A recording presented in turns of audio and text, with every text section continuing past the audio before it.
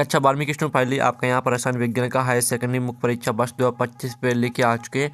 आप लोग बहुत सारे यहाँ पर कमेंट आ रहे थे कि रसायन विज्ञान पेपर लाओ, तो फाइनली आपका पेपर आ चुका है। साथ ही इस वीडियो में हम आपके यहाँ पर संपूर्ण उत्तर सहित आपका जो पेपर वो कराने वाले थे। इस वीडियो को आपको ध्यान से देखना है और वीडियो को लाइक कर लीजिए और आप यहाँ पर चैनल को सब्सक्राइब कर लीजिए।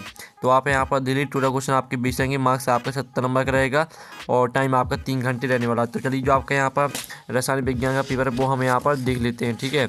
तो आपको यहाँ पर ध्यान से देखना है, आप यहाँ पर देख लीजिए। पहले तो आते हैं सही विकल्प का लिखिए जो कि आपके 6 नंबर के रहेंगे। तो थोड़ा आपको यहाँ पर जूम करके दिखाते हैं जिससे आप यहाँ पर अच्छी तरह से देख पाएंगे, ठीक है। तो आप यहाँ पर देखिए 1000 ग्राम ब्लैक में उपस्थित विलय के मूलों की संख्या को कहते हैं। तो इसका जो राइट आंसर रहेगा वो आपका हो जाएगा मूलता। फिर दूसरा था 1 फैराडे विद्युत कमान। तो यहाँ पर 1 फैराडे विद्युत कमान होता है 96,500 कूलम। फिर जो आपके यहाँ पर दिया गया निम्न में से करा जिस पर शून्य कोटि की अभिक्रिया दर स्वतंत्र है।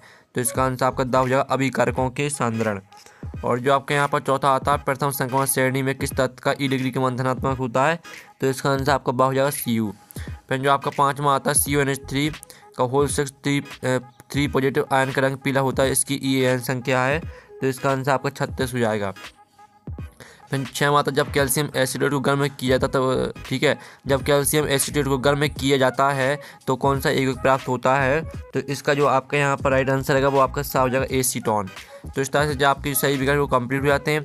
और साथ ही यहाँ पर इंग्लिश मीडियम के स्टूडेंट देख लीजिए, पहले का आपका बी राइट आंसर रहेगा, दूसरे का आपका यहाँ पर डी राइट आंसर हो जाएगा। और जो आपके यहाँ पर तीसरा दिया गया है तो तीसरे का आपका जो यहाँ पर राइट आंसर रहेगा वो आपका यहाँ पर डी हो जाएगा। और चौथे का आपका यहाँ पर राइट आंसर बी हो जाएगा।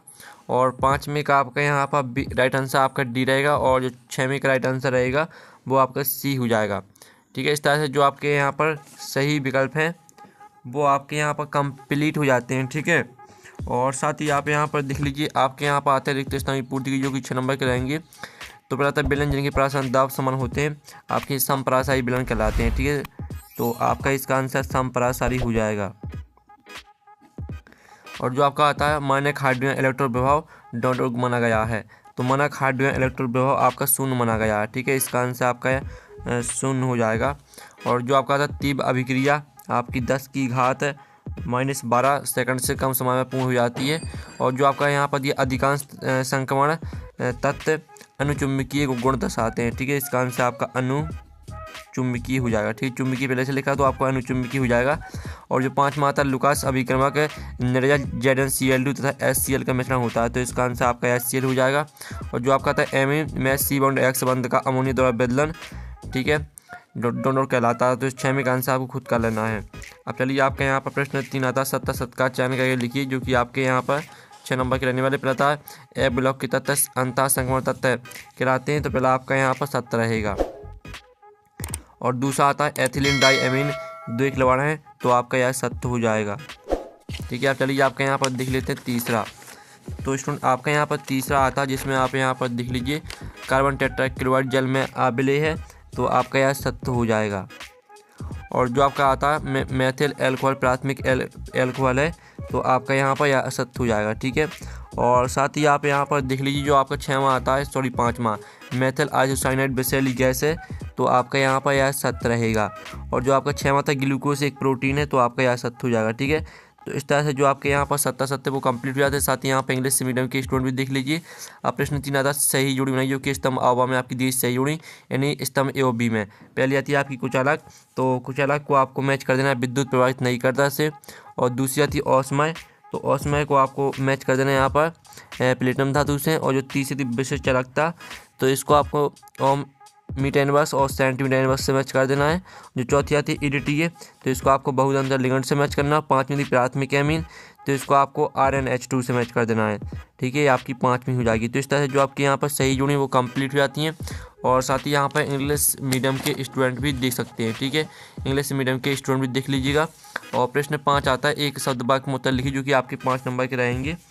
तो पहला आता है जो बेलन स्थिरता पर बिना संघटन बदले उबलते हैं वे कहलाते हैं। तो इसका आंसर रहेगा स्थिर क्वाथी, ठीक है। स्थिर क्वाथी, ठीक है, स्थिर क्वाथी बेलन कहलाते हैं, ये आपका आंसर हो जाएगा इसका। और जो आपका आता है 2 इलेक्ट्रॉनों को संयुक्त करने पर प्राप्त युक्ति क्या कहलाती है? तो यहाँ पर 2 इलेक्ट्रॉनों को संयुक्त करने पर प्राप्त युक्ति आपकी सेल कहलाती है। इसका आंसर आपका सेल हो जाएगा। और जो आपका यहाँ पर दिया गया है, ठीक है, लेंथनम की कौन सी ऑक्सीजन अवस्था अधिक स्थायी होती है? तो यहाँ पर लेंथनम की +3, ठीक है, +3 ऑक्सीजन अवस्था अधिक स्थायी होती है। फिर आपका था उस प्राथमिक एल्कोहल का नाम बताइए जो आयोडोफॉर्म परीक्षण देता है। तो इसका आंसर रहेगा आपका क्या? इसका आंसर एथेनॉल हो जाएगा, ठीक है, एथेनॉल आपका इसका राइट आंसर रहेगा। और जो आपका आता है रक्त का थक्का जमाने के लिए कौन सा प्रोटीन उत्तरदायी है? तो इसका आंसर रहेगा फाइब्रिनोजेन, ठीक है, फाइब्रिनोजेन, ये आपका यहाँ पर राइट आंसर रहेगा फाइब्रिनोजेन। तो इस तरह से जो आपके 102 के उत्तर है वो कंप्लीट हो जाते हैं। साथ ही यहाँ पे इंग्लिश मीडियम के स्टूडेंट भी देख लीजिए। प्रश्न 6 आता है संप्रासायी विलयन किसे कहते हैं? तो स्टूडेंट आप यहाँ पर 6वें क्वेश्चन का आंसर देख लीजिए। ऐसे विलयन जिसमें तापमान स्थिर रहता है और तापमान में कोई परिवर्तन नहीं होता उसे संप्रासायी विलयन कहते हैं। और जो इसका आपका अथवा असमान अणुभार किसे कहते हैं? तो इसका भी आंसर देख लीजिए। आपका 6वें और 6वें का अथवा दोनों के आंसर यहाँ पर हो जाते हैं। फिर आपका यहाँ पर 7वां क्वेश्चन आता है विशिष्ट चालकता की परिभाषा व इकाई लिखिए और संचरण किसे कहते हैं? तो आप यहाँ पर देख लीजिए आपकी विशिष्ट चालकता की परिभाषा दी गई और साथ ही आपकी यहाँ पर संचरण की परिभाषा भी दी गई, ठीक है। तो ये आपके 7वें और 7वें का अथवा दोनों के आंसर यहाँ पर हो जाते हैं। और फिर आपका यहाँ पर 8वां आता है अभिक्रिया का अर्ध आयुकाल किसे कहते हैं? और इसका अथवा आता है संकीर्ण ऊर्जा एवं देहली ऊर्जा में अंतर बताइए। तो आप यहाँ पर देख लीजिए ये आपका यहाँ पर अभिक्रिया का अर्ध आयुकाल दिया। किसी अभिक्रिया के अणुओं की प्रारंभिक सांद्रता का आधा भाग उपभोगित होने में लगने वाले समय को अर्ध आयुकाल कहते हैं। साथ ही आप इसका ठीक संकीर्ण ऊर्जा और देहली ऊर्जा में अंतर देख सकते हैं, ठीक है। तो इसका भी आप स्क्रीनशॉट ले सकते हैं। और साथ ही आप यहाँ पर देख लीजिए आपका 9वां था द्विक लवण में शंकु लवण में आपको 2 अंतर लिखना है। तो ये आपके यहाँ पर द्विक लवण और शंकु लवण में अंतर दिया गया है, ठीक है। तो इसका भी आप यहाँ पर स्क्रीनशॉट ले लीजिए। और साथ ही इसका जो अथवा आता है तो अथवा भी हम यहाँ पर देख लेते हैं। प्रोटीन का विकृतीकरण की परिभाषा लिखिए। तो जो इसका आंसर है वो आपको हम दिखा देते हैं, ठीक है। तो आप यहाँ पर देख लीजिए जो इसका आंसर रहेगा प्रोटीन का विकृतीकरण की परिभाषा। तो ये आपकी प्रोटीन की विकृतीकरण की परिभाषा दी गई है, ठीक है। ये आपका 9वें का अथवा का आंसर हो जाता है। अब चलिए आपका यहाँ पर 10वां क्वेश्चन देख लेते हैं। तो 10वां क्वेश्चन आपका यहाँ पर दिया गया जिसमें आप यहाँ पर देख सकते हैं निम्नलिखित अवसर संयोगों के IUPAC नाम लिखिए, ठीक है। तो आप यहाँ पर देख लीजिए। तो स्टूडेंट आपके यहाँ पर 10वें क्वेश्चन का जो आंसर रहेगा वो आप यहाँ पर देख लीजिए। आपका 10वें क्वेश्चन का आंसर रहने वाला है K3FeCN का whole six potassium hexa cyanoferrate third, ठीक है। फिर आपका जो यहाँ पर दिया गया है, ठीक है, आप यहाँ पर K2PdCl4। तो इसका जो आपका यहाँ पर है वो, ठीक है, IUPAC नाम वो भी देख लेते हैं। आप यहाँ पर पोटेशियम टेट्रासाइनिडोन्यूक्लेट। और इसका आप इस तरह से यहाँ पर आंसर याद कर लीजिएगा पूरा, ठीक है। और फिर आप यहाँ पर देख लीजिए आपका जो इसका अथवा आता है, सॉरी ये वाला आपका यहाँ पर 10वें वाले का आंसर है, ठीक है। और जो आपका 10वें का अथवा वाला दिया गया है निम्नलिखित अवसर एवं के सूत्र लिखना है आपको, ठीक है। तो आप यहाँ पर देख लीजिए आपका सूत्र हो जाते हैं दोनों के। तो इसका भी आप स्क्रीनशॉट ले सकते हैं। और फिर आपका यहाँ पर 11वां था फॉर्मूलन क्या है इसके उपयोग लिखिए। तो आपको फॉर्मूलन क्या है इसके उपयोग लिखना है। तो आप यहाँ पर फॉर्मूलन और उसके उपयोग, फॉर्मूलन 40% फॉर्मल्डिहाइड का जलीय विलयन होता है और इसके उपयोग भी देख लीजिए। फिर जो इसका अथवा आता है क्या होता है जब, ठीक है। तो हम दोनों के आंसर आपको दिखा देते हैं। ये आपके दोनों के आंसर दिए गए, ठीक है, ए पहले वाले को दूसरी वाले का। तो इस तरह से आपका 11वें का अथवा का आंसर हो जाता है। फिर आपका 12वां आता है जोटर आयन को उदाहरण सहित समझाइए। तो आप यहाँ पर देख लीजिए जो आपका यहाँ पर जोटर आयन दिया गया है, ठीक है। ऐसा आयन जिसमें एक ही समय धनायन पॉजिटिव और ऋणायन नेगेटिव अवस्थित होते हैं उसे जोटर आयन कहते हैं। साथ ही इसका उदाहरण भी देख लीजिए। और फिर आपका यहाँ पर इसका अथवा आता है एमीन क्षारीय होते हैं क्यों, कारण लिखिए।